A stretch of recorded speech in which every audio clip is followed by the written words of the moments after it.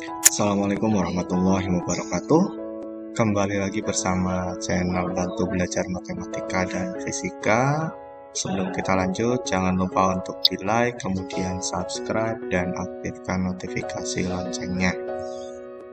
Oke, masuk ke materi 3 untuk fisika kelas 10 di SMA ataupun SMK, yaitu untuk bab gerak melingkar. Ya, gerak melingkar. Kemarin kita sudah mempelajari bab gerak lurus, kita masuk ke gerak melingkar. Oke, apa sih gerak melingkar itu? Gerak melingkar adalah gerak sebuah benda atau suatu titik mengelilingi suatu pusat lingkaran atau poros acuan. Artinya, titik acuannya adalah poros lingkarannya sendiri. Ya, seperti itu. Kita bayangkan sebuah roda.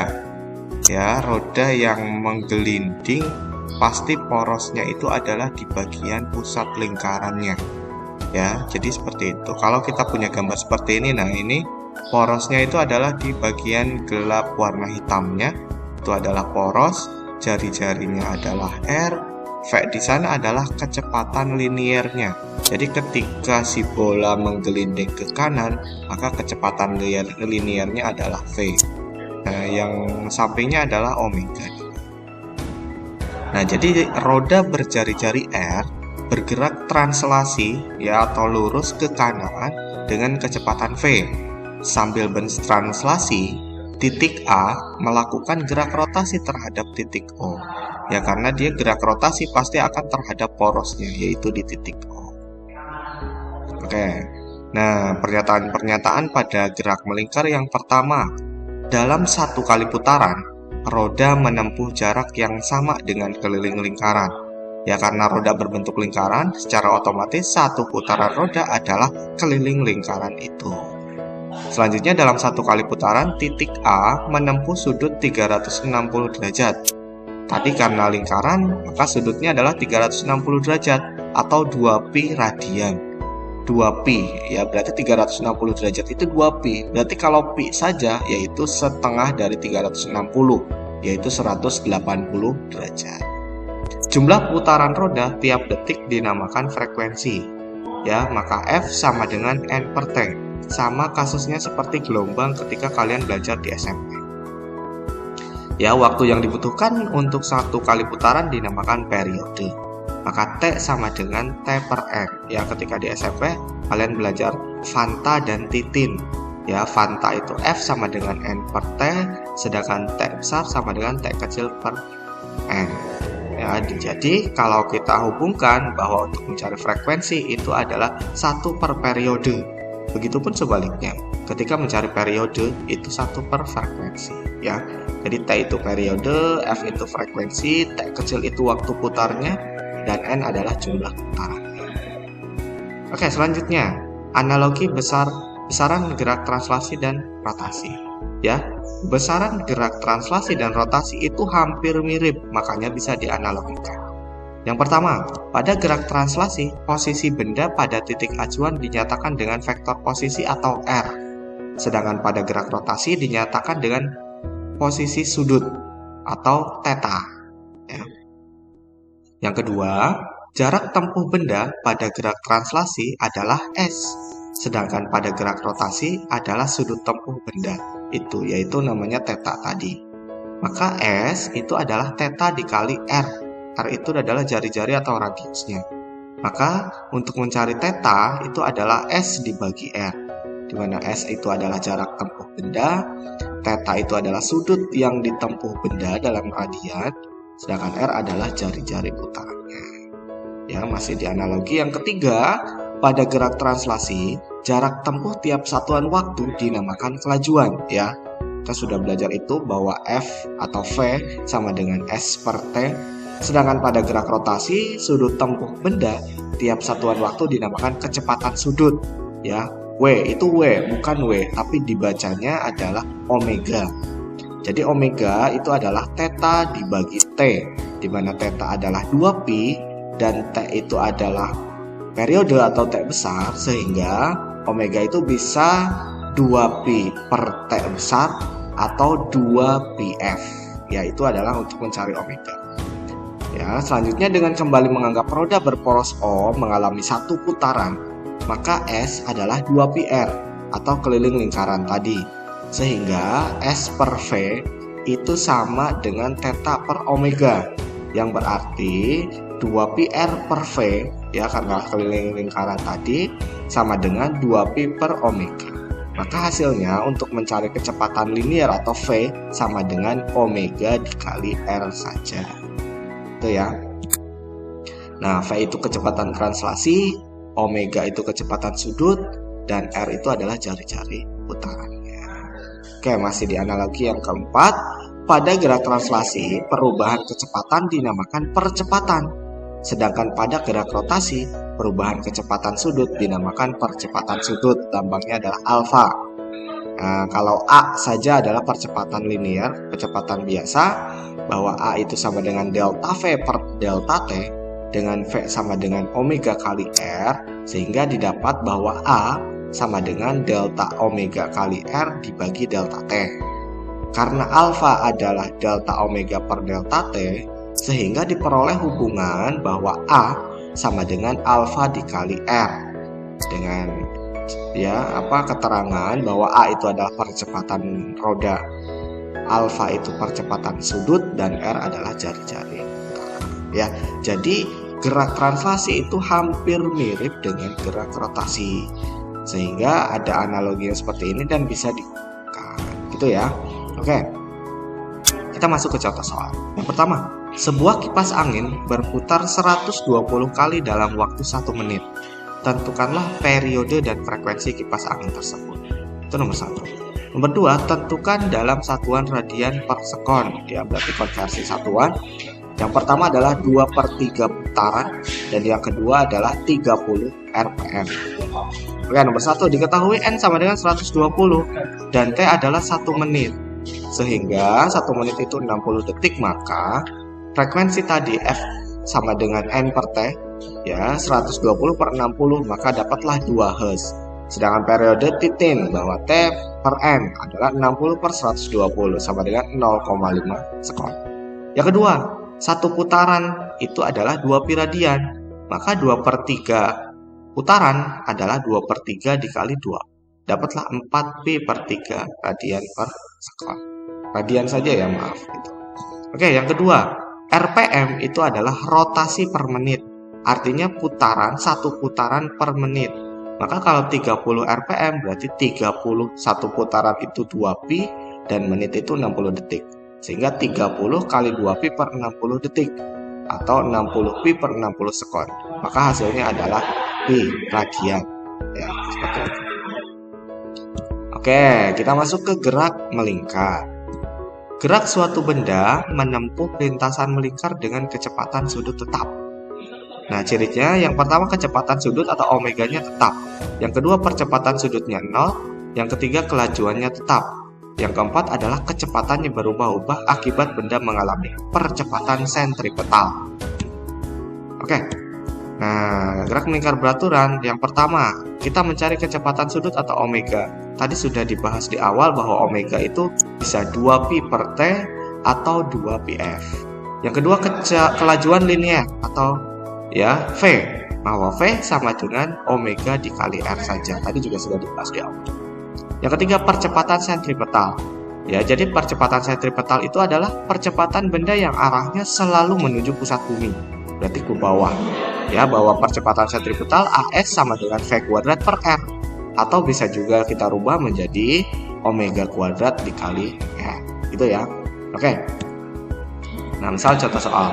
Lengkapi kesetaraan berikut. Sama konversi satuan seperti tadi. A 90 derajat berapa radian?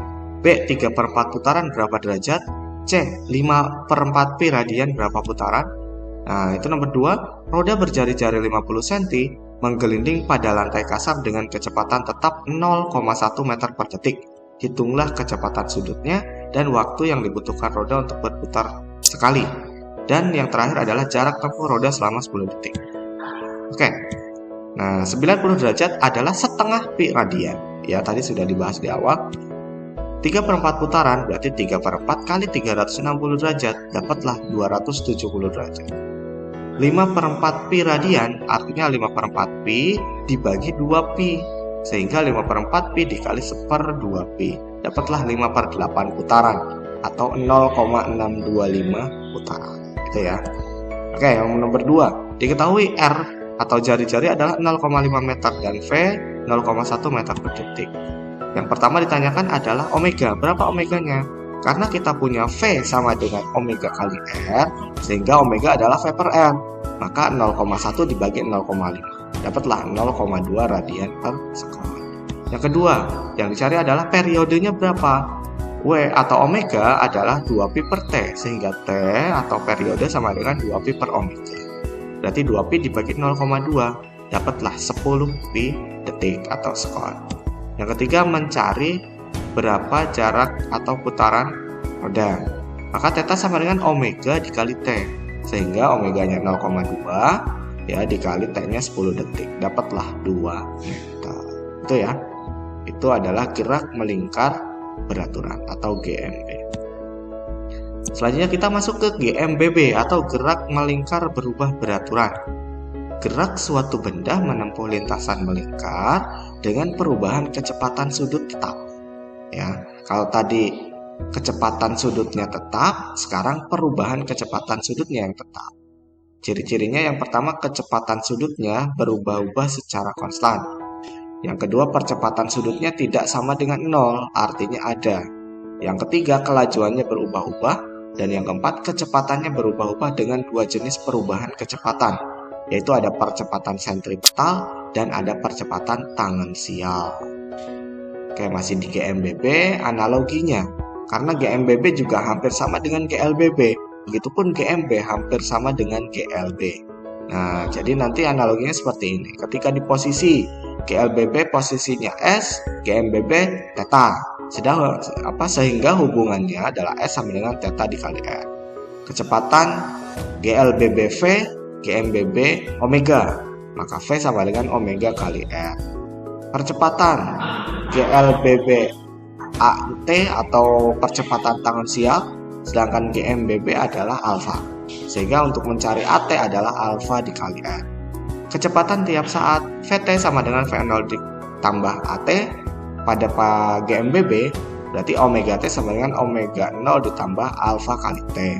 Begitupun posisi dan persamaan lainnya. Ya, jadi kurang lebih sama seperti GLBB, cuman V-nya diganti omega, A-nya diganti alfa, dan S-nya diganti theta. Gitu saja ya. Jadi itu ada hubungannya dengan R atau jari-jari semua. Oke. Nah, percepatan total pada GMBB ada percepatan sentripetal dan percepatan tangensial. Ya, tadi sentripetal itu akibat arah vektor kecepatannya berubah, kalau tangensial itu akibat nilai vektor kecepatannya yang berubah. Kalau sentripetal itu arahnya, kalau tangensial itu adalah nilainya. Sehingga percepatan totalnya kita cari akar dari percepatan sentripetal dikuadratkan ditambah percepatan tangensial dikuadratkan. Itu ya. Nah, untuk mencari percepatan sentripetal, omega kuadrat kali R tadi sudah di awal. Untuk mencari percepatan tangensial, alfa dikali R. Gitu ya. Oke, kita masuk ke contoh soal. Yang pertama, sebuah partikel bergerak melingkar dengan jari-jari 40 cm. Jika partikel tersebut berputar 5 kali tiap detik, berapa percepatan sentripetalnya? Yang kedua, roda sebuah mobil dengan jari-jari 70 cm mula-mula diam. Digas sehingga dalam waktu 5 detik roda berputar dengan 90 rpm atau rotasi per menit. Tentukan ada percepatan sudut, percepatan total ketika roda bergerak dalam waktu 5 detik. Terus yang ketiga adalah banyaknya putaran selama 5 detik. Oke, kita bahas. Yang pertama, diketahui R adalah 0,4 meter dan frekuensinya 5 Hz. Kita cari percepatan sentripetal. Sentripetal adalah V kuadrat per R, di mana V kuadrat itu adalah omega kuadrat dikali R kuadrat, maka bisa dibagi R. Jadi omega kuadrat kali R sama dengan 2πf kuadrat karena dari omega dikali R. Ya, F-nya adalah 5, berarti 2pi kali 5 dikuadratkan dan kali R-nya adalah 0, sehingga dapatlah 100pi kuadrat dikali 0,4, dapatlah 40pi kuadrat meter per sekon. Oke, yang kedua, R-nya 0,7 meter, omega 0-nya 0, omega T-nya 90 rpm, atau kita jadikan, atau kita rubah, kita konversi menjadi 3P radian per sekon. Ya, kemudian ada T-nya 5 detik. Yang ditanyakan yang pertama adalah alfa atau percepatan sudut. Percepatan sudut adalah perubahan kecepatan sudut. Maka omega T dikurangi omega 0 dibagi T. Dapatlah 0,6 pi radian per sekon kuadrat. Yang kedua, percepatan sentripetal. Tinggal dikalikan, dapat 6,3 pi kuadrat. Kecepatan tangan sial dikalikan juga, masukkan ke rumus, dapat 0,42 pi meter per sekon kuadrat. Nah, sehingga kita masukkan ke percepatan total, dapatlah 62,13 meter per sekon kuadrat. Yang ketiga, mencari berapa kali putaran. Nah, maka kita cari jumlah atau jarak putarannya dulu. Dapatlah 7,5 pi radian, tinggal dibagi bahwa pi theta itu kan 2 pi. Ya, 2 per R, maka theta 7,5 pi dibagi 2 pi, dapatlah 3,75 kali putaran. Gitu ya. Oke, kita lanjut. Hubungan roda-roda. Yang pertama, dua roda dihubungkan dengan tali atau pita. Nah, bentuknya kurang lebih seperti ini. Kalau kita main sepeda, antara roda belakang dan roda depan dihubungkan dengan rantai. Nah, kurang lebih seperti itu. Nah, pada gambar di samping, karena roda akan bergerak bersamaan, sehingga kecepatan roda akan sama. Maka ketika kecepatan roda akan sama, kita bisa membandingkan antara omega dan R. Nah, rumus akhirnya adalah omega 1 per omega 2 sama dengan R1 per R2. Itu pada hubungan roda yang dihubungkan dengan tali. Nah, selanjutnya, roda yang bersinggungan. Nah, roda yang bersinggungan juga sama dengan dihubungkan dengan tali. Karena kecepatan roda akan sama. Sehingga kita bisa membandingkan omega 1 per omega 2 sama dengan R1 per R2. Selanjutnya, yang ketiga, dua roda saling bersinggungan. Nah, ini. Ada roda yang saling bersinggungan, berarti hubungannya dengan gear. Nah, kalau seperti ini, berarti yang sama adalah kecepatan sudutnya atau omeganya. Sehingga kita bisa membandingkan bahwa V1 per V2 sama dengan R1 per R2. Gitu ya. Oke, kita langsung ke contoh soal. Sebuah sepeda mempunyai jari-jari gear depan 20 cm, gear belakang 5 cm, dan roda belakang 50 cm. Seorang anak mengayuh sepeda tersebut dengan periode 5 detik. Tentukan kecepatan sepeda tersebut. Nah, diketahui R1 20 cm, R2 5 cm, R3 itu 50 cm, dan T1 5 cm. Ditanyakan adalah V3. Nah, jadi kurang lebih ilustrasi gambarnya seperti ini. Ya, ada R1 roda depan, ya, atau gear depan roda, R2 gear belakang, karena gear belakang itu akan menyatu dengan ban belakang, sehingga seperti itu. Nah, maka gear depan dengan gear belakang itu kan ada hubungannya. Berarti dia ke konsep nomor pertama, maka V-nya akan sama, sehingga omega 1 kali R1 sama dengan omega 2 kali R2. Maka untuk mencari omega 2, omega 1 per atau kali R1 dibagi R2. Ya, omega itu 2pi per T, sehingga 2pi kali R1 per T1 kali R2, dapatlah 2pi dikali R1 nya 20 per T1 nya adalah 5 detik dibagi R2 nya adalah 5, dapatlah 1,6 pi radian per sekon. Nah, gear belakang dengan roda belakang itu menyatu, artinya bersinggungan, maka omeganya pasti sama. Ya, maka omega 2 akan sama dengan omega 3. Dapatlah omega 3-nya adalah 1,6 pi radian per sekon, sehingga mencari kecepatan roda V3 itu adalah omega dikali R atau omega 3 dikali R3, sehingga 1,6 pi dikali 0,5 dapatlah 0,8 pi, atau 0,8 kali pi-nya 3,14 dapatlah 2,512 meter per sekon. Gitu ya untuk hubungan roda. Oke, mungkin itu dulu, cukup banyak materinya, nanti untuk pembelajarannya pasti akan dibagi-bagi supaya tidak terlalu pusing. Terima kasih.